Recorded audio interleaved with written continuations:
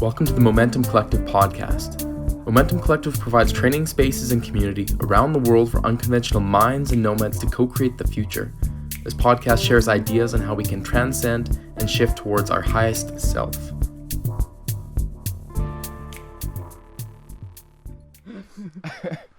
Oh, this is going to be a fun talk. I'm excited. Hey everybody, John Early here, co-founder of Momentum Collective. We're coming to you live from Circus Island, our artist residency on Isla Ometepe in Nicaragua. Grateful to have brother Bodhi here. He's a transformational facilitator, and he's been joining us here from resident into this position of taking us through different journeys of authentically connecting, and also talking about sexual alchemy, which has been really beautiful. Kind of in the realm of Tantra, but Tantra's got such a big realm to it. And so we're going to dive into some of that discussion on sexual alchemy. So thank you so much for being here, Bodhi, and being part of this last 3 months. It's been a trip. It's been a journey. Yeah, thanks for having me, John. Yeah. I like the word Tantra actually breaks down into 2 words. It's like expansion through weaving. Mm-hmm. So it's this beautiful concept of through connection we expand, which goes into like yin and yang. When we connect these 2 energies, masculine and feminine, yin and yang, we actually become, something new is birthed from that. So yin and yang makes something more than, it's like the sum of the parts is greater than the whole. Mm-hmm. So like a man and a woman, let's say, coming together, create a child. That child wasn't there beforehand. A man can't make a child without a woman can't make a child without a man. Like there needs to be these 2 parts that come together. And I think like when often we think of Tantra, it's like, oh, that's the sex thing, right? And it's like what Tantra really is the interwovenness of the universe and expansion through that. Yeah, beautiful. My experience with Tantra, yeah, and it does have that stigma of being very highly sexualized, and that's kind of one little sliver of the whole branch of Tantra. But the way that I've found it explained as well is, so much of yoga is kind of escaping the body and transcending and getting rid of the mind so you can get into this place. And then Tantra is kind of the badass rock star version, going, hey, you know what, that's great, getting 5D and going into these other realms and getting out of our body, but we are in 3D, we are in our body. So how can we really enjoy and feel into our body, communicate through our body language, our verbal language, and connect with humans, men, women, and all that kind of a thing. And that's kind of the scope that I've taken from it as well. Absolutely. I like that you say it's like the badass. Yeah, it really is. Yeah. And it's known for its sexuality because it's one of the few, I guess, and it's not really a theology, but like philosophies or ideologies that actually incorporates everything. Yeah. It doesn't push anything away, whereas like a lot of our major religions will have a lot of stigmas and shame around sexuality. Whereas Tantra is actually saying exactly what you were mentioning. How do we transcend this reality through this reality? How do we go deeper into the physical world in order to find a transcendence from that physical world? Yeah, finding those moments of up here, or that kind of like that meditation state, but through the body, through the senses, and embracing the senses, not just like avoiding the senses to try and get into that space. So I really value that. And that's a beautiful, I guess, like distinction between like addiction and transcendence. Like addiction is escaping this world to go to somewhere beyond, right? Like a heroin addict takes heroin and they want to like escape the daily life.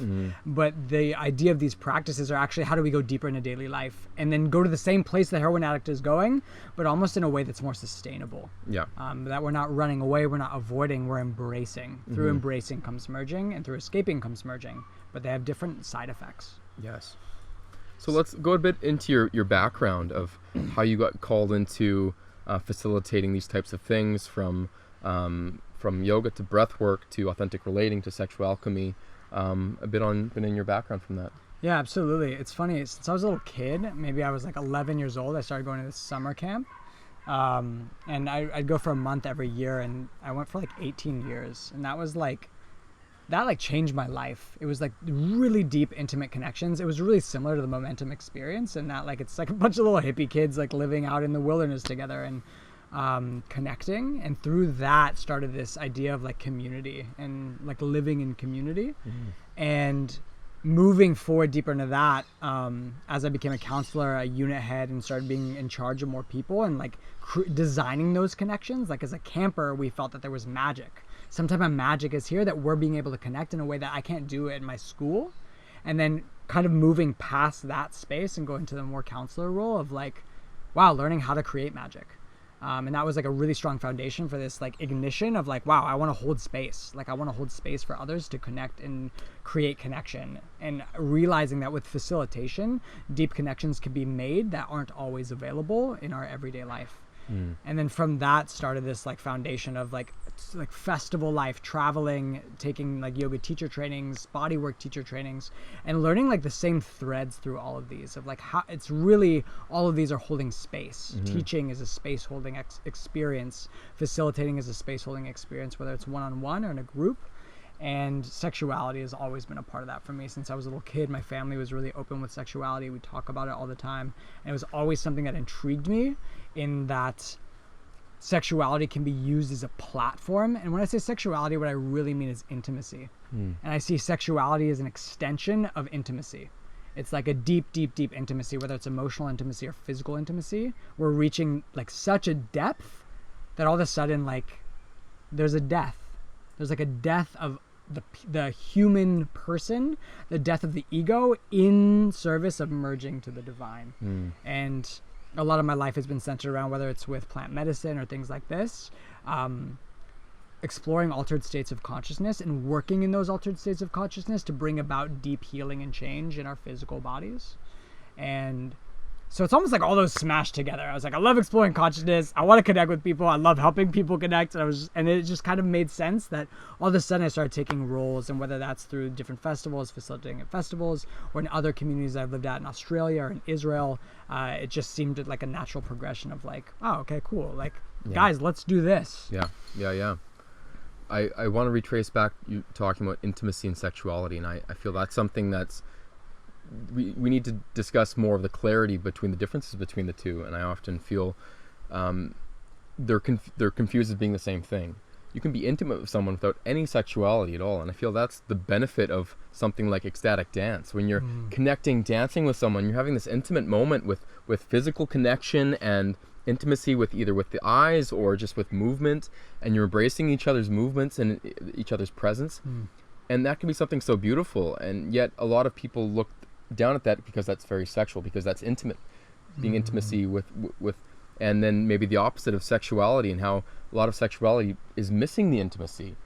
They're missing that presence of listening to each other's body, each other's movements, and it's just this kind of a thing that you feel like you need to go through. So I find that a really interesting conversation, and again, kind of coming back to talking about going to camps and the need to travel to find these different ways, because a lot of this communication it's not in schools, like how to authentically relate, how to be open about sexuality, how to have these conversations. They're almost frowned down upon from religious backgrounds or other kind of ways to, like, oh, we don't talk about that, or we don't discuss intimacy. Even with our partners, we don't even discuss these things. It's like, hey, that's your bodies, and you're not talking we're about just like them. hiding it. Yeah. Like, did you see what just happened? And we're like, it really is. And so I really appreciate you saying that. Like, these aren't taught, and what isn't taught isn't practiced, right? So it's like a bunch of adults walking, like we look like adults, but a lot of us are actually children in some areas of our life that we just never developed within. Yeah.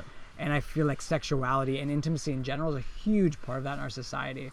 A lot of us use sexuality or physical sexuality in order, like as a tool to achieve intimacy, when really what we're looking for is just like being held. That like, oh, I guess the only way I can be held is by hooking up with somebody. That would be like our hookup culture. Right. This deep need for like being seen and loved, and only having certain tools that we were like taught. And when I say taught, I mean, I guess maybe like demonstrated, that don't really satisfy the need. What's fascinating is that these sexual practices, these sexual alchemy practices, the foundation of them is intimacy.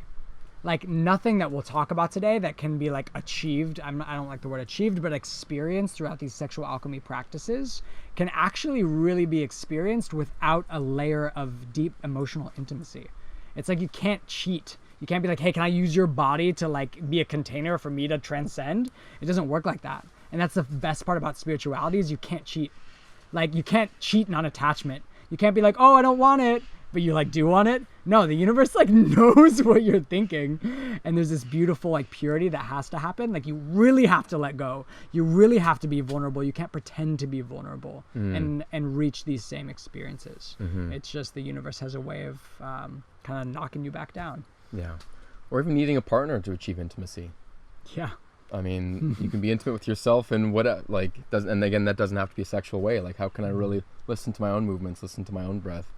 And I feel like that's why maybe there's an explosion of yoga in the Western world, is because we haven't had a container to be intimate with ourselves, to just listen to our breath, be present with our own movements. And we're always so busy. And we're always externalizing. That's such a beautiful thing to say, is that intimacy begins with me. Like, I truly can't experience full intimacy with another until I have reached that same state within myself.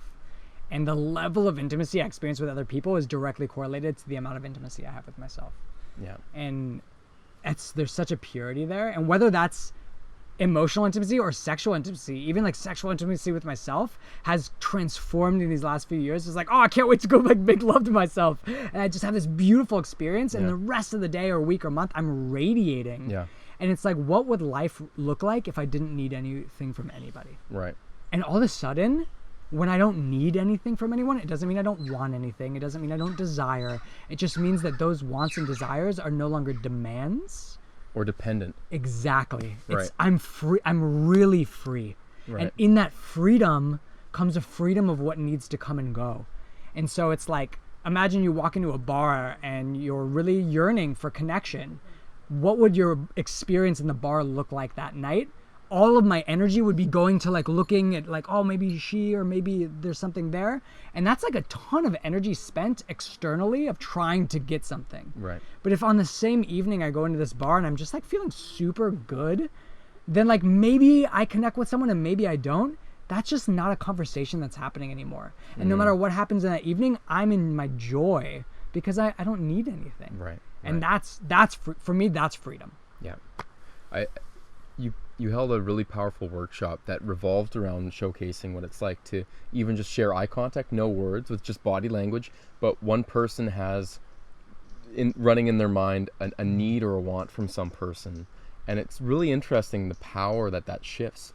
And we were watching that live demo take place, and that really clicked into my mind of how much our life is on transactional moments with people. We're always needing something or wanting something from someone. You're in line because I want to buy these groceries. I need this transaction to take place. I'm going to the next thing. I'm blah blah blah.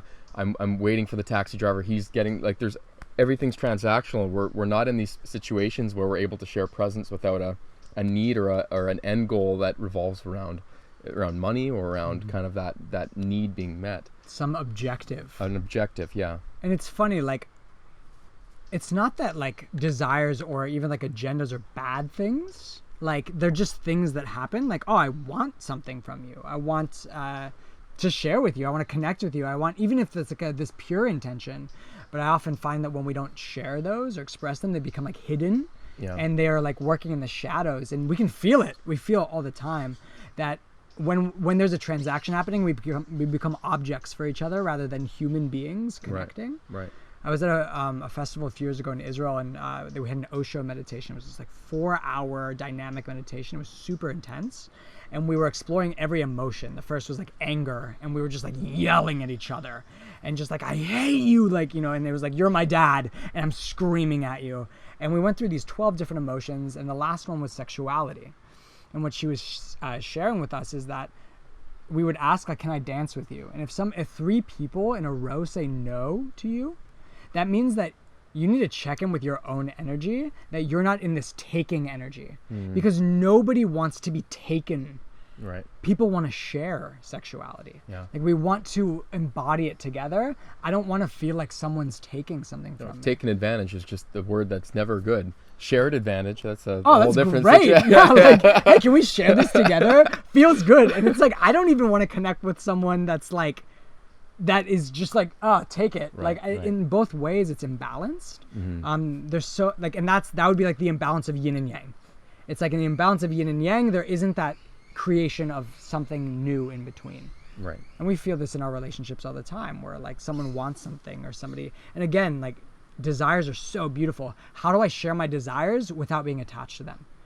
Or how do I share my desires and realize I'm attached to them and share that? It's like it's not that you can't have attachment. It's just what I'll notice is sometimes I'll be like, yeah, I'm really desiring to have a really great conversation with you right now. And yeah, like part of me is a little attached to that. It feels so liberating to share because once that comes out, now we can give consent to each other. Okay, do I still want to interact with you knowing that you want to have sex with me? And it's just like, okay, I feel like we can hold that. And I want you to know that I don't want to have sex. Do you still want to interact? And all of a sudden we enter this world of like mutual consent where we can actually be free and open instead of like me kind of feeling like you might want something and like, oh, not feeling very good about it. Being stuck in the gray zone for way too long and it's lingering and there's no clarity and no one wants to say anything and it's terrible. Yeah. It's almost like having to pee during a massage session and right, like you don't want to like, you're not like, oh, I don't want to interrupt the session, but it's like it's ruining the session for everybody. Like no therapy is happening because you're like trying to hold it. And it's like, that's what's happening. Everyone can feel it. Great metaphor, I have to say. It's so true, man. And you know, like I should be enjoying this, but I'm really not because I'm physically uncomfortable and I'm mentally occupied. It's exactly.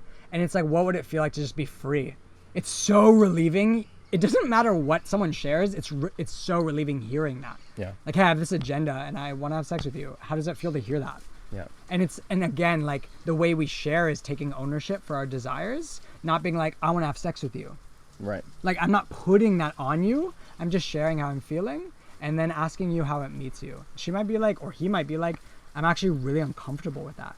And now I'm holding that space. Yeah. Right. Thank you for sharing how you're feeling. And it's like, it creates a completely different environment to relate in. Yeah. I want to go back to discussing about personal intimacy. And I need to give a shout out to our good friends Angela and Ray. They're past Tantra teachers that came into Momentum, and he always broke words down, and his version for that was, into me I see. Intimacy, into me I see, and realize that intimacy begins with your own self and their own person. And another discussion of a workshop that you held that was so powerful of just like, hey, let's have a conversation about masturbation. Let's have a discussion about the difference between masturbation and self-pleasure.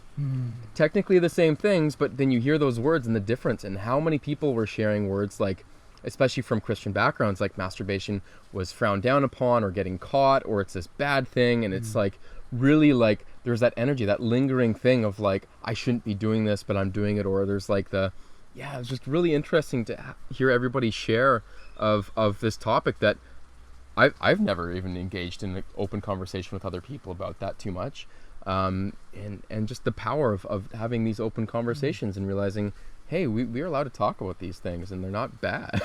It's crazy. I was just getting goosebumps all up and down my back when you were sharing. Truth bumps, as truth Shibumi bumps, would say. Also, I want to equate the peeing and the massage. That was Shibumi. That's his metaphor. That's a beautiful thing. Shout out to Shibumi. Yeah, our beautiful friend and teacher as well.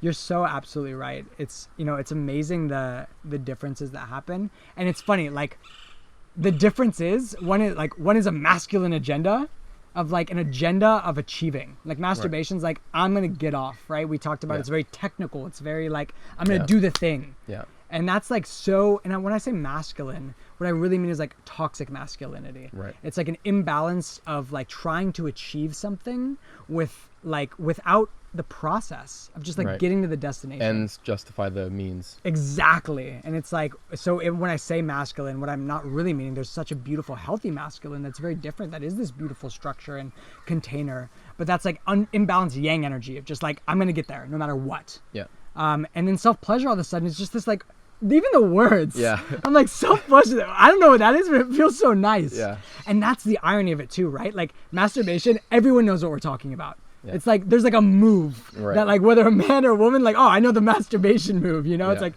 the technique. And then self-pleasure all of a sudden is this like really spacious word where the first thing that when I hear self-pleasure, I feel ambiguity, this openness of like, what could that mean for you? And it gets me open and excited and curious.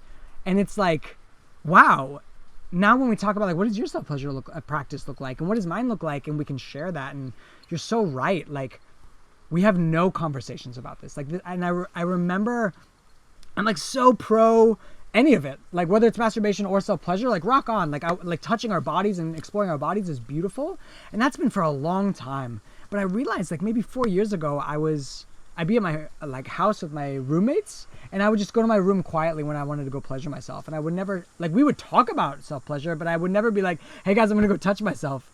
And I realized like, wow, is there still shame there? And whether, and I didn't feel like it was my shame. It felt like I was holding like this collective shame of like, oh, I guess I'm supposed to be ashamed about this, so I won't talk about it.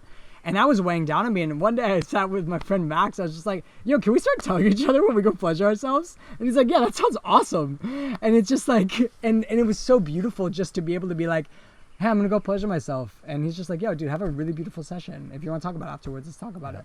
And it's like, oh, it's just like even thinking about that moment is so relieving of like, wow, I can love myself in any way that feels good for me, and that's okay. And not only okay, but like, fuck yes. Yeah. And what would you say to someone that says, if you don't know how to pleasure yourself, how can you allow someone else to pleasure you? Do you believe in that? Yeah, that's a really interesting thought. And I think maybe maybe I'll turn it around and we'll rephrase it to like, the amount of pleasure I can experience with someone else is probably interwoven to the amount of exploration and joy and love that I find within myself. Yeah. So it's like, if I don't love myself, other people can still love me, right? Like that happens, but maybe I can't let it in.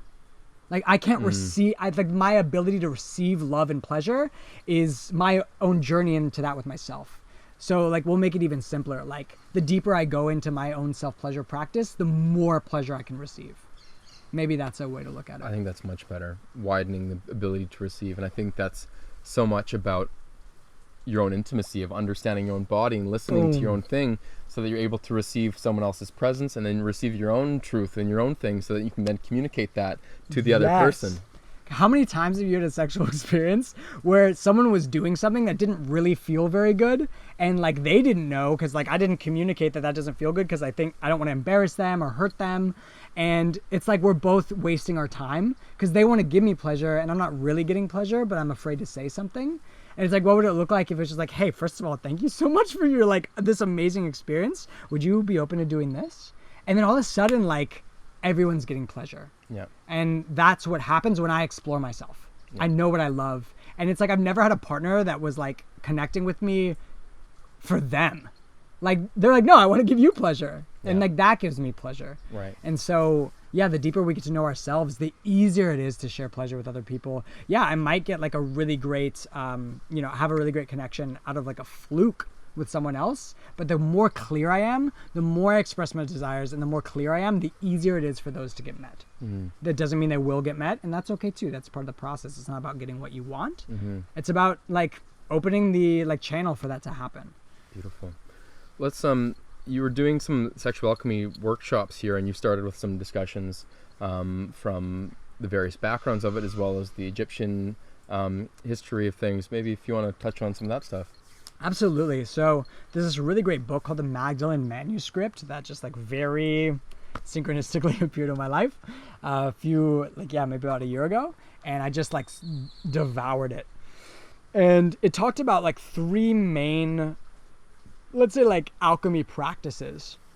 So we'll talk about what alchemy is in a second and why we use the word sexual alchemy, but there's these like three main like old world practices for like transmuting our consciousness from like a dense, like 3D to 5D, whatever you want to call it, like from our dense being to like a more transcended being, a more like divine, and it's not more divine, but it's like a different transmutation. We'll talk about it in a second. So there's like three different schools or like practices. And one is Tantra, that the Western world has heard a lot about. That's like the Indian from the Vedic practices. There's Taoist practices, which are Chinese medicine based. And those are big in Eastern Asia, like whether it's China and that entire region, Thailand as well. And then there's Egyptian alchemy practices. So these three are kind of like the main pillars. They're all doing the same thing, but they have different language and kind of different wordings. What's so fascinating about it is in the West, we're very physical based, like physical world based, science, proof, things like this is like very results and practical. So we have a lot of words for like physical anatomy, right? We have like our skin, bones, arteries, veins. The things we can see and touch. And exactly. And we have all these layers. And as deep as we've gone into the physical world, there's like these other cultures for the last like 5,000 years have gone just as deep in the energetic world. And they have the same, it's crazy, the same level of energetic anatomy. Like they have different types of energy within our body. They have different energy channels that are like veins. And the way they would say that in like Egyptian alchemy is like we have two bodies. We have like the ka and the kat. The kat is our physical body and the ka is our energetic body. So they'd say it's like an energetic twin. So we have a physical spinal cord called the spinal cord. And then we have an energetic spinal cord, what they would call like in Tantra, the sushumna. It's like this energetic highway that runs up and down our spine where all the chakras lie onto. So we have these three main systems, and the purpose of these systems are basically like, to some degree, a step-by-step practical process for alchemizing our consciousness. So what's alchemy? The concept of alchemy is super simple. It's transforming one substance into another substance. So water into steam is a great example. So it started as water, we boil it, and it becomes steam. But we need three tools in an alchemical process. We need the water, the substance. We need a container, the pan or the pot. And we need a flame, the energy source. So when we turn on the fire, it boils the water in the container, and then it becomes steam. If we didn't have a container, the water would just be flat on the stove and nothing would boil. If we didn't have a fire, yeah, maybe we could like put it in the sun, which is another form of energy, but it moved much slower. If we didn't have any water, it would just burn the bottom of the pan. So if we're missing any of those elements, then there isn't an alchemical process that happens. There isn't a transmutation of a substance. Another way of looking at this is metal. Metal goes through alchemical processes of purifying the metal, getting toxins out. So another way of looking at that within our physical body is where these sexual alchemy processes are basically transforming our state of awareness, our consciousness, into like stuck in my ego, thinking that I'm my ego and my little mind, to transcending that in realizing that my mind arises within a bigger me. So it's like this dislodging of who I think I am into sitting in who I really am. That's the process that happens. The way they would say that in Egyptian alchemy is moving from the kat, the physical body, to the ka, this energetic body, and then from the ka to the ba. I love the language. Ba. It's like so easy. Katkaba. Katkaba. So we have like physical body, energetic body, and then the ba is like soul, like spirit. So let's actually redefine that. We have our physical body, we have our soul, and then there's like great spirit. So great spirit individualizes itself into soul, which lives in my body. And most of us grew up thinking like, I'm this body. And even though conceptually we can be like, well, if you cut your finger off, are you less you? Well, if you change your name, are you less you? Like, yes, conceptually we can play with this idea that like we're clearly not our body. Every 7 years, all your cells change in your body. If I showed you a picture of you as a little kid, it's like, well, is that you too? So how does that make any sense? That's a fun intellectual game, but it doesn't hold water. It's not a dam. It's a cool idea, but these practices are the actual physical embodiment of transmuting our consciousness. It's not an intellectual concept. If you practice any of these practices for long enough, what'll simply happen as a natural byproduct is an identification with another aspect of you, and then an identification of a much broader version of you. And all of a sudden, like, everything changes in your life. The way I think of it is like, we're walking around thinking we're something we're not. So it's like, imagine if you met a person who thought they were a cat, right? And they were like, meow, and walking around as a cat. That doesn't make them a cat, right? Like a human pretending to be a cat, even if they really think they're a cat, is still no more a cat than a human.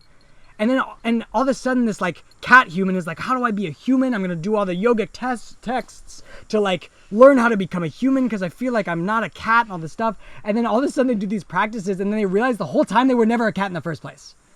And they're like, oh, I'm not a cat. And then that realization, nothing actually changed, right? They're still the same physical human, but they're going to stop eating cat food. Like, they're going to start speaking. It's like in the nothing changing, everything changed. Like from the outside, it looks the exact same, but inside, they're like, wow, I'm not a cat trying to be a human. I'm just a human. So that's like, we're actually spirit. And we're like spirit trying to remember that it's spirit. And it's like a funny process of like thinking we're not spirit doesn't make us any less spirit. But the revealing of us as spirit on a physical layer completely changes the way we live. And that means that like what happens as a byproduct is like so much less attachment because it's like I'm watching a movie of Bodhi rather than being the character Bodhi. I'm like kind of zoomed out and I'm like, whoa, he's really struggling instead of I'm really struggling. And there's a difference there. It's nuanced, but it makes a huge change. And that's what these practices allow us to embody rather than intellectually understand. It's real. Yeah. And how does that transcend on a connection, on a sexual relationship or sexual level? Absolutely. So as we were talking earlier about like what the source, like what like we need an energy source to boil the water. So within our physical container to transform or transmute our consciousness are three layers. The fire is sexual energy. And we'll talk about that in a second. What we're transmuting is our consciousness, our vibration, you could say it. And the container, the pot, is our awareness. So if I focus my energy, my awareness on my hand, I can start to feel all these little tingles around my hand. If I focus on my butt or on my feet, all of a sudden tingles go down there. There's a beautiful phrase in Chinese medicine where awareness goes, energy flows. So it's like wherever our container is, all of a sudden blood and chi and life force moves to that place. So where does sexuality come in this? Nothing that we're doing in a sexual alchemy practice can't be done through yoga, can't be done through meditation, can't be done through being a mechanic. Like at the end of the day, everything is a path to enlightenment. It's not about what you're doing, it's about your approach. If we really take time to really be with anything, it's a path to enlightenment. So where does sexuality come into this is like sexual energy is super potent energy. Like, let's be real here. Semen and an egg together create a human. Like that's like this that's whole pretty thing. Wild. Yeah, man. Like, do you understand your body? I don't understand mine. My heart's beating. I'm like, I'm not doing that. What's doing this? And like we can create that. The potency of our sexual life force energy is so powerful that it can literally transmute our consciousness. And that's the power. Create consciousness. And yeah, it literally creates consciousness. Yeah. If you look around everywhere, I think when we think of sexual energy, we think of like, oh, right here, that's sexual energy. But let's like expand the idea of sexual energy to like creative life force. It's, and this is my favorite. It's like, for me, shamanism is bringing something from the unseen world into the seen world. So that's another version of that is like you and I having an idea, let's make a chair. And then we're like designing the chair and then we go make the chair. That's shamanism for me. It's like it started in the world of our imagination and then we literally brought it to life, to a physical world. Before it was just this malleable concept and now it's like someone can sit in it. And so that's what we do as humans. Like that's what birth is. It's like bringing something that wasn't here into a physical world. And we're reaching into the unseen world and bringing something into the seen world. And that's what sexual alchemy is as well. It's like using that same life force energy, this creative energy of shifting our consciousness. And sexuality is just a really potent way of doing that. You can, like, and meditation is a wonderful practice to support this. They go hand in hand. Psychedelics are a really great support of this. They go hand in hand. All of these tools, they all interweave and support each other in any way that feels good. But like, let's think of meditation as like putting a cup of water in the sun. And like, eventually it'll warm up. Or a cup of cacao in the sun. A cup of cacao in the sun, right? Like the ice melted. But then imagine putting it in the oven. It's like, whoa! And that's like sexual alchemy, at least what I've found, is like the pace of expansion is so fast when we channel and direct life force energy. Sexual energy, rather than simply sitting in meditation. And meditation supports our container, creates a solid pot. When the pot is leaky, the water doesn't boil as fast. So meditation acts as this ability to like really focus our awareness. And then through the sexual alchemy practices, we're using that awareness to direct our life force upward rather than ejaculating it outward. And that's the idea, is like, how do we how do we utilize this life force energy instead of just like or ejaculating it out and then it's gone? And letting it leave. Yeah, it's just that energy makes a baby. Yeah. So you can actually reutilize, recycle, and renew that energy within our own bodies, and that's what these practices do. Yeah, I remember it made some headlines when Billy Corgan from the Smashing Pumpkins, the 90s rock group, it went out that he had a strict rule for no one in his band was allowed to have sex or masturbate before a show, because their show would have not the same energy, in big crowds, big festivals, as it would retaining that energy. And it's so interesting how, the power of cultivating that and sustaining it. There's different practices to try and sustain certain levels to feel that energy without just like going up here and then just gone, right? Like, how do you kind of keep things steadily building? That's a beautiful way to say it too, and I love that you brought that in with the Smashing Pumpkins, because there's, I think, what is seeming to be like getting more popular in our culture is like semen retention. So it seems to be like trending now, which is, that's cool. This isn't semen retention, and I want to be like really clear, is semen retention is a base for this practice, but there's a difference between simply not ejaculating and what we're doing in sexual alchemy, which is redirecting that energy to the higher functional centers of our brain, our frontal lobe and things like this. Right. So not ejaculating is a practice that has its own benefits, and that's still great. But what we're actually doing here is we're using our perineum, like our PC muscle right in between the anus and the genitals, to pull up the energy up our spine, up our sushumna, our energetic spine, into our third eye. And there's many practices of doing that, whether it's the microcosmic orbit in Taoism or different practices within Egyptian alchemy using this like serpents. I have the serpents tattooed on my back of these like kundalini energy, this like yin and yang serpent that rise up our back. And it's actually an incredible meditation while you're generating your own sexual energy. It's like, it starts alone, me with me. I'm imagining these serpents rise up my back and there's cobra heads in my head. And it's incredible to help generate that pathway to start opening. And then we start sharing that with a partner, and we're doing that together. We're generating energy together, which, yes, speaks to retaining my semen, but it's not about just not ejaculating. It's like, okay, no, like I want to use that. Right. And that's a huge piece of this too. That's definitely important to note. And where do you feel the differences between something like activating the Mula Bandha in yoga, or Kegel pumps is another one that's been really popular for people to get that sexual energy flowing? Those are wonderful techniques to start this practice. Kegel pumps and like Mula Bandha, like awesome. Like that's what's actually getting us, like yoga is getting us ready for these other practices. It's like really knowing my inner body, my energetic body. Like where's the Mula Bandha? Where's that? It's an energetic lock in our body. Yeah. Like it might be associated with our perineum. That's our physical Mula Bandha, let's say, our root. But these practices, whether it's like one of the practices in Taoism is like practicing like 5 rounds or 6 rounds of pumping, like flexing your perineum, whether it's for men or for women, 36 times. Just flex, flex, flex, flex. And that starts to practice using that muscle. It acts as a pump to bring energy upward. Right. And then you start layering in different aspects. So I'm pumping, and now I'm like breathing and bringing the energy up. Right. And for those that aren't familiar with that, that'd be the equivalent of essentially holding your pee when you have to go to the bathroom, right? Exactly. And actually that's one of the practices is to really start like generating this muscle. Where it is, yeah. Yeah, start peeing and then try to lock it. Yeah. You can actually do that like every time, like for the first like few months of really practicing this to get control.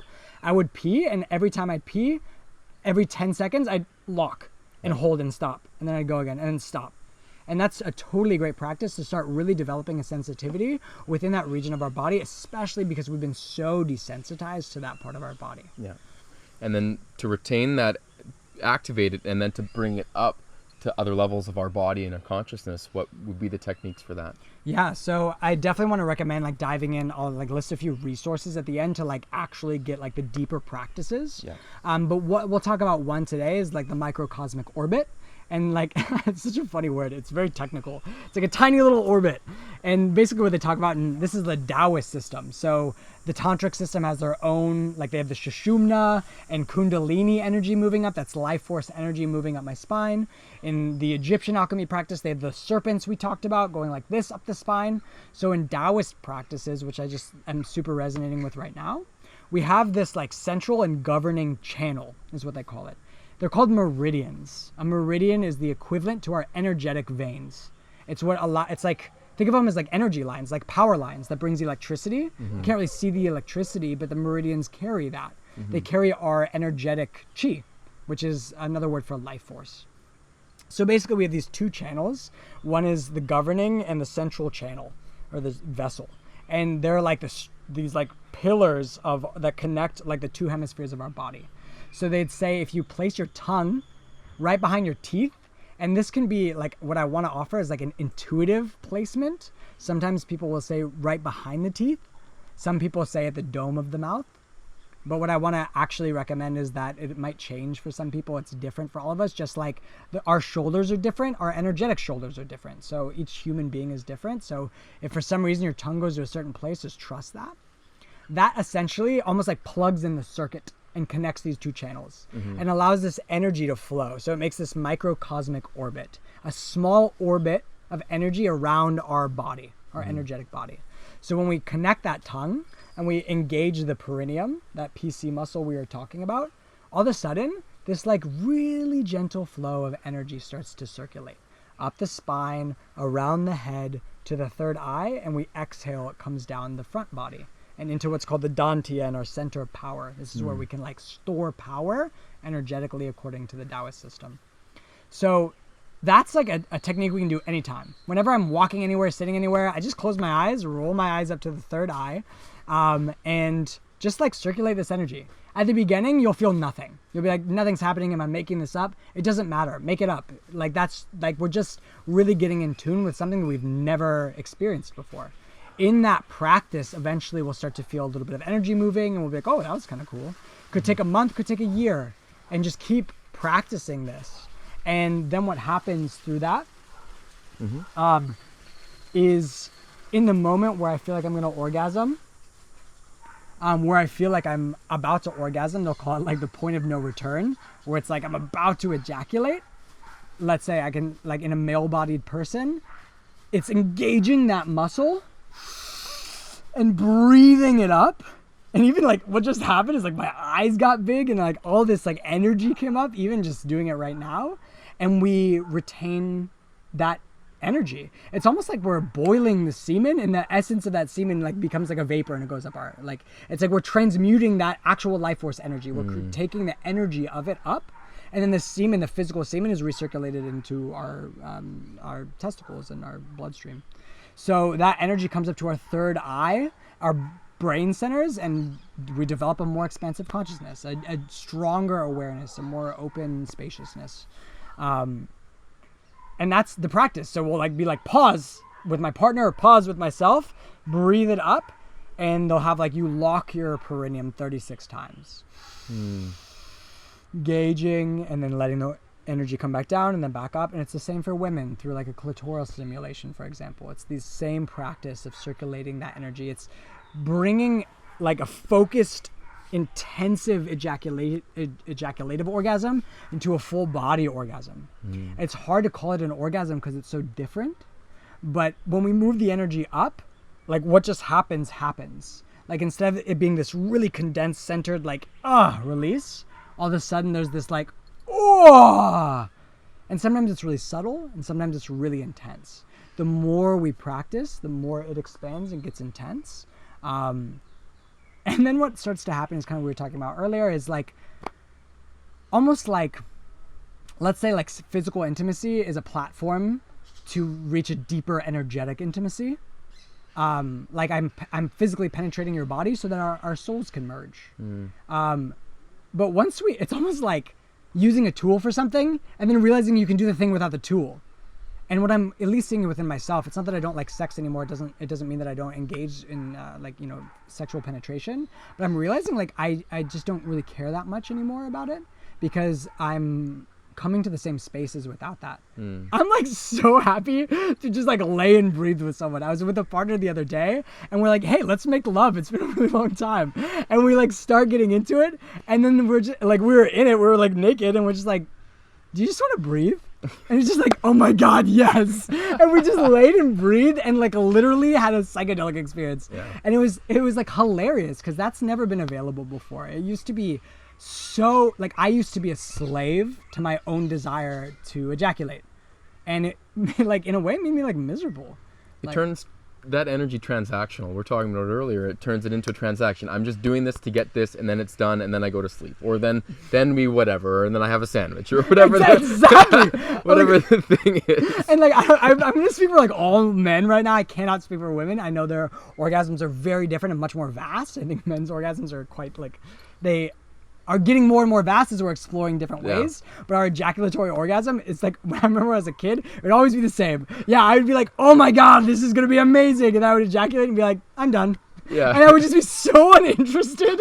I would go get a sandwich, go to sleep. I would just be like, and I'm like, okay, I'm going to like, whatever. Like, and it's like, this is a very different game. Like, this is like replenishing that energy after I orgasm now, which will look different. I could have multiple orgasms. Again, they're different orgasms. It's a different experience. It's not this like, oh, it's like like a building. Yeah. And through that practice, you can make love for 5 hours. Yeah. And I remember the first time I heard that, I was like, I'll make love for like 20 minutes. I'm like, how do you make love for 5 hours? But it's not the same lovemaking. Yeah. And I think a beautiful sentence that comes there is like, soft is the new hard. Like, it's like lovemaking isn't about having an erection. It's not about physical penetration. It's not about anything we thought it was. Like, lovemaking now is this like really beautiful like 5 hour experience where sometimes we're actually just like laying and breathing. Sometimes we nap for a little bit. Sometimes we're kissing and it's really intense. And it's just following these waves of what we would call like eros, of this like life force energy. Yeah, it's almost like changing the word love out of lovemaking into intimacy making. Yes. You know, finding ways to share those moments, and breath is such a powerful method to get into these spaces, especially, I mean, working with various plant medicines, different things, and now realizing I can achieve some of those DMT states through breath work and how powerful breath is. And I have breath right now, and we're breathing right now, and yet we're not breathing at the depth that we can to achieve these things. I feel like that's the same with sexual energy. Yeah, we've got some sexual energy. We have sex and these different things, but we're not achieving the depth and the intimacy within expanding into that and taking that awareness through the body with intention and with breath and with these tools. That's such a beautiful way to say it. I always think of it as like, I equate this to our psychedelic practices as well. Like, a lot of people take plant medicine recreationally, which is awesome and beautiful, but it would be like the equivalent of using like a hammer as a paperweight. It's like, cool, it works to hold paper down, but like, you can build a house with this, man. Like, why are we just doing like, yeah, okay, but does anyone know how to use this? It's like, when we're really using these practices for their full expansion, it's like, yo, you know, this can make you like immortal, right? Like, we're like, oh, I want to get off today. It's like, yeah, that feels nice, but like, you can transcend the physical world of that. Why isn't I feel like I'm crazy, you know what I mean? Yeah. That's like taking a picture with this like fake background when right in front you've got this giant view, and then like you just turn around and you see what you're missing here. Yeah, like, utilize the world. Like, we have such great practices, and I feel like we're like toddlers of using them. Yeah. And we're like chasing pleasure, which pleasure's great, and this is like the most important part. It's not that any of these practices are like more enlightened or like better. That's a huge stigma in spirituality, that it's like spiritual people are better than other people. You know what they call that? Like the ego. That's a spiritual ego. It's like, well, I'm better than you because I meditate. I remember I was sitting in Bali and I heard like a conversation was like, how many Vipassana 10-day meditations have you done? And it was like so painful for me to hear it, like witnessing that in the spiritual world, we're doing the same thing as our other world is. Like, we're leading with our ego, we're leading with our mind and not our heart. And these practices aren't like, self-pleasure isn't better than masturbation. It's not more enlightened. It's like, we don't need more shame. Right. It's like the opposite. It's like, hey, like, touch yourself however feels good for you. And here's some really cool practices if you feel called to do it. Yeah. I remember I met a woman in Australia that had, she hosted like Japanese tea ceremonies. And I was like, what is that? And she's like, yeah, the Japanese saw tea as a path to enlightenment. And I was like, what do you mean? And she said, you know, you sit with it in silence, and as you taste it, you connect so deeply with it that you lose yourself. Yeah. And that's when I realized, like, oh, it really is everything. It doesn't matter what you're doing. It's like when we just when we move slower. And I would say, like, that's like the number one thing with this practice, with any of these sexual alchemy practices, with myself or with a partner. Slow the fuck down. Like in our world, we think that like pleasure is like equated with like friction, like going fast. We want a faster motorbike, a faster like boat, and we want to feel the wind in our face for adrenaline. Adrenaline is this like really intense experience, which gives pleasure and sensation, which is awesome. But we also find, or what I've found, is when I actually slow down, I enter into these really subtle worlds that I never even knew existed. And the slower we move, the more we feel. And so it's like, what would it look like to create a container with a partner and just say like, hey, for the next hour, for the next 10 minutes, can we just like share one kiss and take the entire 10 minutes for that one kiss and just like see what happens. Yeah. I promise you, if you can actually kiss one time in 10 minutes and move so slowly, that by the end of it, you'll be tripping balls. It'll be like, I don't even know where I am right now. Yeah. That's how intense it is. And like you said, with our breath, it's so available. Yeah. You don't have to know all these like techniques. Like the Kama Sutra is super awesome. It's like you have to do yoga and do this move. Yeah. It's just like just slow down everything. And how challenging that is for some people, even myself included. 10 minutes for a kiss or 10 minutes to eat a strawberry or whatever the thing is, and you're like, even if that means eating it right away and then meditating for 10 minutes on it, or watching it for 10 minutes, like that can totally change your interaction with the thing and the way you taste it, the way you experience it. And that's something that's been really resonant for me lately is even the word bliss. I think we're always, through meditation practices, through plant medicine, we're always chasing bliss. Even in moments with sex, we're wanting this bliss, and we feel bliss. We associate the word bliss with ecstasy, and ecstasy with this euphoric joy and this rah, and this like eruption and this thing. And one of the best teachers that I've had explains, no, bliss is subtle. It is this subtle thing that you have to listen to, because bliss is sustainable. Joy isn't sustainable. Joy comes and it feels great, and then it passes, and then you're back to being neutral, or you adjust to the joy so that it kind of drops down. Bliss is that sustainable thing because it's subtle, because it's soft, because you have to listen for it and be present to allow it to be there.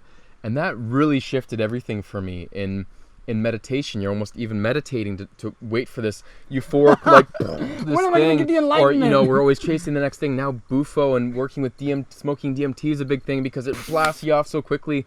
And you're going, okay, yeah, but that's almost the equivalent of sex, to just really get off and like going really quick. And I value what you say too, that's not a bad thing either. That's great. Sometimes quick sex or 10-minute sex or a quick whatever is great. But knowing that there's and communicating when it's appropriate and when both people are feeling the thing, so you can explore that range of depth and the range of being a human and in the human body. That's such a beautiful way to say it, the range of being a human in a human body. It's all amazing. It's all just as divine. I like the word you use, bliss, and then compared it to like joy. So the way I think of it is like, if we think of a yin yang, we have like light and dark. We have polarities within a circle, right? And so it's like wherever there's joy, there's fear, whatever. Or there's the opposite of joy. Wherever there's light, there's darkness. And at the same time, outside of this yin yang, it's like people think that the yin yang is the whole picture, but it's just like, wait, the yin yang's a circle. What's outside the circle? And that's like our physical universe existing inside a more subtle universe that's quantum, right? We have like a Newtonian universe, which is like this, but like when you zoom into the cells of our body, there's nothing there.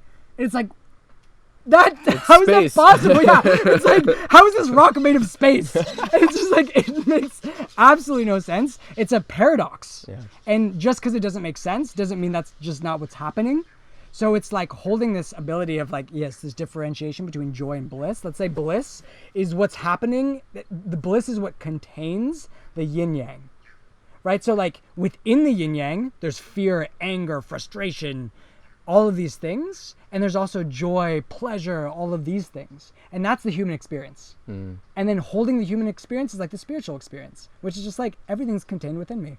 So it's like If you want to fuck, that's a human experience. If you want to slow down, that's a human experience. And when we say that, it means that it's all just as divine, and it's all just as okay, while at the same time holding ourselves to the highest integrity.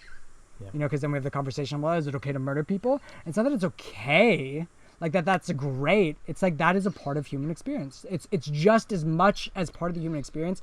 It's no more or less divine.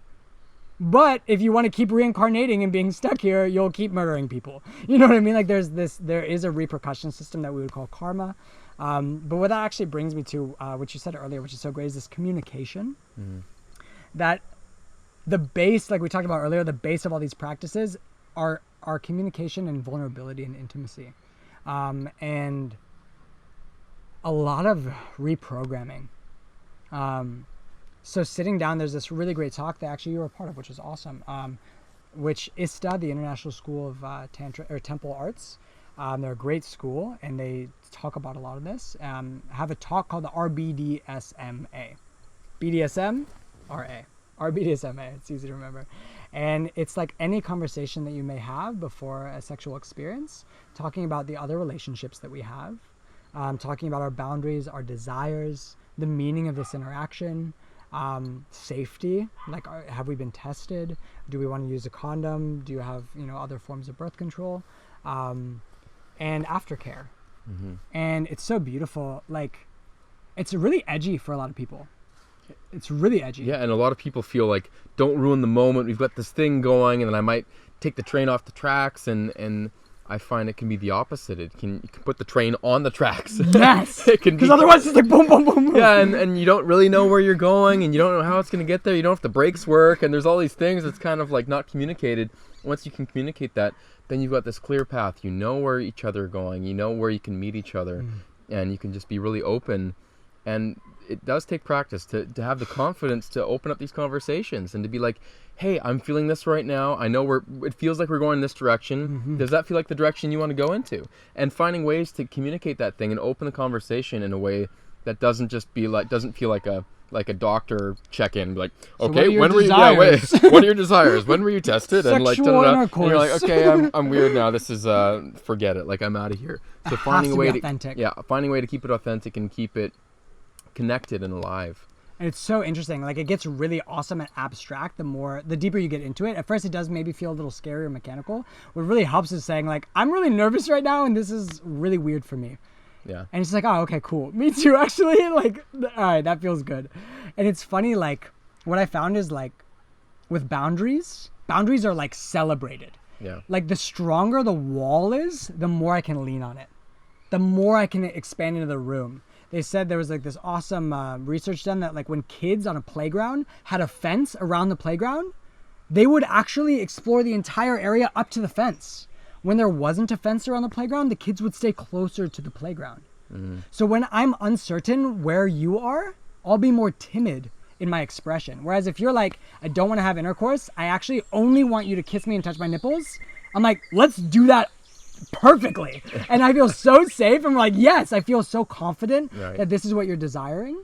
And what's awesome too is you can, like, it gets so beautiful that at the end of almost every conversation I have around this, like, okay, what are your boundaries? What are you feeling? Like, what do you not want? And sometimes people are like, I don't think I have any boundaries. It's like, do you want me to get a knife and stab you? And they're like, no. I'm like, okay, cool. Here we go. We found a boundary. Like, find any boundary. It's like, you definitely have boundaries. That's a hard example, but okay. But it's like, people will be like, you can do anything. It's just like, careful. Like, do you want me to, like, spit on you and put ice cream on your head and, like, rub it around your face? Like, no. So it's like really finding this really abstract container and then backing it up from there. Right. And it's funny because once you, like, play, it's like, okay, actually, like, I don't really like being scratched, or I don't really like being touched super lightly because I'm, like, really sensitive. And it's so nice to, like, just be able to speak that truth and have that received as well. But what's also awesome too is, like, oftentimes I'll create boundaries and share desires, and at the end of the conversation we'll say, and we have no expectation of what's going to happen in this container. None of this might happen. And at the same time, if anything changes, these are all fluid. Yeah. So if in the middle, I'm like, actually, I want to say I have a boundary right now about making love. about having sexual intercourse. Yeah. And like those are like, it opens the conversation Yeah. for like changes to be made in the middle. I think that's one of the most valuable things that I've learned in some of the authentic relating that you brought, is even like in a simple massage or a hugging for 5 minutes in these different practices, but then going after 2 minutes going, hey, if something's feeling uncomfortable, you are allowed to make adjustments. Like just because you're holding the space and it feels good, and now don't want to move, and you're like, I can't feel my leg anymore, but I don't want to ruin the moment because I'm, whatever. And I feel that's the same thing with making love or any of these things. You're kind of like, I'm in this thing, and I feel like if I move right now, if I go to switch open the window or something, it'll ruin everything. And so you don't, and you're uncomfortable, and you're not in your fuck yes. You're not fully present. You're not present. Yeah. So I love that ability to make adjustments and make it comfortable, making it sexy to make adjustments, make edits, and be like, yeah, thank you for voicing that out. I'm more comfortable because I can feel you're more comfortable now and you're more present. Because what we're feeling, we're transmuting. Right. But like, I can't give you something I'm not experiencing. It's like, I can't give you a cake I'm not holding.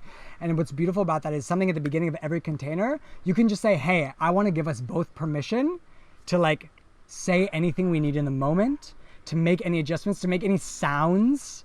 Like I was with a partner the other day, like I didn't want to swallow because I didn't want to because it's like, wow, swallowing is like equated with nervousness, but I'm not feeling nervous, but I don't want her to think I'm nervous. And it was like this whole story came in this little moment. And I was just like, hey, can I say something really funny? We're like making love. She's like, what? And I was like, I'm feeling nervous to swallow. And she's like, I was feeling that earlier. And all of a sudden, the thing that I thought would detract and ruin this experience brought this like open-hearted, deep intimacy. And it's just so funny. Like we think things are going to go a certain way, but anytime we share vulnerably, this deeper intimacy comes in. Yeah, especially sounds with that. I feel like we're always making sounds with our bodies is such a weird thing, but yet we're putting our bodies together. There will be sounds, and there's different transmutations happening with changes to the body and fluids and all that. So there's going to be sounds happening. How can we make that enjoyable, and those funny moments that come up, let's not make it like, let's make that a part of the experience and embrace it. It's part of it. So good. That's real. Yeah. Because like sexuality isn't like, for many of us, it's a performance. It's like I want to do it good. I want to look good when I'm doing it. I want to sound sexy, right? We have like we have some sounds Instagram, that are okay. Sexy. Yeah, like, oh, I'll put on lingerie for you. It's not that lingerie is bad, but it's like this entire idea that like, we even have like stigma in sound, like, oh, that's nice, but like, like that's not nice. And it's so funny, like maybe that's how it wants to come out. It's like, what if we actually, like, and Shibumi is a really great practitioner of this, like, what if we use sexuality as a platform to actually bring up our patterns and bring up our fears and like transmute those into love. That like anything in the moment that's bringing me out of this sexual experience with you, I just share it, and then we hold space for that, and then we go deeper. And it's like, that's the alchemical process that we're talking about. Yeah. It's so funny. Yeah, man. It's like, there's this subtle pressure to like, and I fall into it all the time. It's like a groove that's not mine, that's been conditioned, of like doing it in a certain way. We even have like the linear sexual model, which is like, we like kiss, and then like I go down on you, but I kiss your breast first, and then you kiss me, and then you go down on me, and then we're ready to have intercourse. There's like that, like, and that's like the porn model, you know what I mean? Yeah. And then we like bang it out, and then I go to sleep, and then you're disappointed, like, and then I feel, like that's been like the model that I was raised with, and it's like so toxic, and no one talks about it because they think that's the norm, and everyone's just like really disappointed and doesn't know what to do because it's like, well, this is all we have. And it's like, well, what if there's a different model, you know, where it's like, I met this woman, this is radical, and you can be as radical as you want. Her and her partner have blindfolded sex every time. They've been together for 20 years. They probably had sex, I don't even know how many times. They're always blindfolded. They always start on opposite sides of the room, put on music, and then just whatever happens, happens. And she said they've never had a lovemaking session that's been the same. Because it's like, they'll be moving their body. It might be like 25 minutes. They don't even meet. They don't know where they are. In the closet. Yeah, exactly. They're like, but they like broke their leg. She had to bring them to the hospital. Like, that's what that lovemaking session was about, right? And like, and the relationship's never been healthier because it's like getting out of the patterns. Right. That's the practice. Like, get out of the patterns. But then being blindfolded each time is a pattern. So exactly, yeah, right. It's like creating a container that allows for intuition. That's what it is. And that's, for me, that's what feels like a balanced yin and yang, masculine, feminine is. I would equate masculinity, this is my own interpretation, masculinity with a container, a structure, and femininity as a fluidity. Yeah. And so it's like, can we create structures that hold spaciousness. Right. And so it's like, cool, how do we create a framework that, like, ritual that is like different every time? Yeah. We do the same ritual and it's different every time. Yeah. And that's what lovemaking becomes. It becomes a ritual. Yeah. We're not making love. We are love making itself through us. You know what I mean? We're just like, take me, not you, but like you. And you're like, take me too. The ba. And it's, the ba, take me. And what's like, here's the trippy part. All of a sudden, you're doing things you don't know how to do. I'm like in a lovemaking session, I'm like, I couldn't have created any of that. That just happened through us. And that's like channeling. That's what channeling is. Yeah. That's what, like getting out of the way of something bigger. And ultimately, like, that's what immortality is. That's like, let's say if that's one of the like byproducts of this practice is like immortality. Immortality isn't our physical body living, forever. It's coming to the realization that you're not the physical body. So it's like, it would be like thinking we're our clothing. And you take your clothing off at night, you're like, no, I'm dead. Like, it's such a, like, that's so, or getting out of the car, your car breaking down, you're like, oh no, I'm dead, and it's this physical body is like a house. And once we like deeply, deeply in the cells of our body understand that we are something else, all of a sudden we transcend this death and rebirth process. We're still part of it, but we aren't it. And that's, thank you. It's all of it, man. The sun is poking down. It is hot as heck in the jungle here. Where can people find more information about you and some more of the things that you share? Absolutely. First of all, thank you for this has been it's been really fun. Such a blast, man. It's such a good time. So what a great resource is a guy named Momentom Chia, T-A-K, Chia. So he's got the Taoist book of it's like the Taoist sexual cultivation of lovemaking for men, for women. Momentom Chia is a great resource. He's got a ton of books. He has the Multi-Orgasmic Man, the Multi-Orgasmic Couple. He writes books for both men and women in the Taoist culture. That's like definitely I would point to that. I think he's really good. He's very technical. It's like very scientific for how spiritual it is. The Magdalene manuscript, if anyone can find it, you can buy it on Amazon, is incredible. It really is unbelievable. And they give a really good overlook framework to dive into these practices as well. And the truth is like just intuitively these things will find you when it's time as well. So those are some good those are some good books. Check out ISTA, the organization, or Haydn Temple in New Zealand, Highden. They do a lot of work with sexual alchemy and things like this in a really integral way. A lot of Tantra communities are run very deeply by ego and very toxic. And these are two organizations that I find a lot of integrity within. Awesome. If you want to look for my stuff, I got a podcast called Under the Bodhi Tree. So if you like listening to me talk about stuff, you can find more of that. That's on Spotify, Stitcher, and stuff like that. And I have a website too, but it's under construction, but excellent. Thank you for having me. Thank you, brother. These last 3 months have been a blast, and to have you step into that leadership role and see you shine and sharing your words and the comfort around these uncomfortable topics. I feel like that's the number one thing, making vulnerability sexy again, and like stepping into that presence of embracing challenging conversations and taboo conversations with ease and openness, and allowing ourselves to stumble along the way. Oh, great. Like, it's all lovemaking. It's like, oh, you're doing great. It's just like, it's all so sexy. Yeah. Like, authenticity is sexy. That's the truth. Yes. Thank you, Thanks brother. for having me, Until brother. next time. I think you guys for listening. One of many conversations to come. I look forward to it. Thank you, everyone, for tuning in. The Momentum Podcast with John Bodhi here at our jungle bus here in Ometepe. And thank you to El Pital for this great chocolate. We've been living on a chocolate plantation at the end of our Circus Island residency. And here's my home, the jungle bus. Lots of love from Nicaragua. Thank you for tuning in. For more info or content from Momentum Collective, or to apply for one of our international artist residencies, visit momentumcollective.com. That's Momentum, MOMENTOM.